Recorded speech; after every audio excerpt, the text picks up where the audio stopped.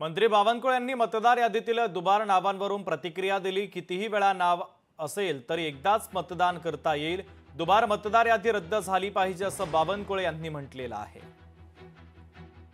103 वेळा नाव असलं एकच वेळा मतदान होणार आहे। शेवटी निवडणूक आयोगाने एकदा तुम्हाला मतदान करताना त्या ठिकाणी शाई लावली की मग तुम्हाला मतदानाला जाता येत नाही। 10 नाव राव की 15 नाव राव, पण ही यादी स्क्रॅप केली पाहिजे। SIR आला पाहिजे। जे लोक मयत झाले आहेत, ज्याचे दुबार नाव आहे, ज्याचे तिबार नाव आहे, ते काढले पाहिजे। आणि हे नावं काढून या ठिकाणी जे आत्ता लाईव्ह लोक आहेत, जे लोक त्या भागात राहतात, त्या भागातल्या लोकांचे नाव टाकले पाहिजे।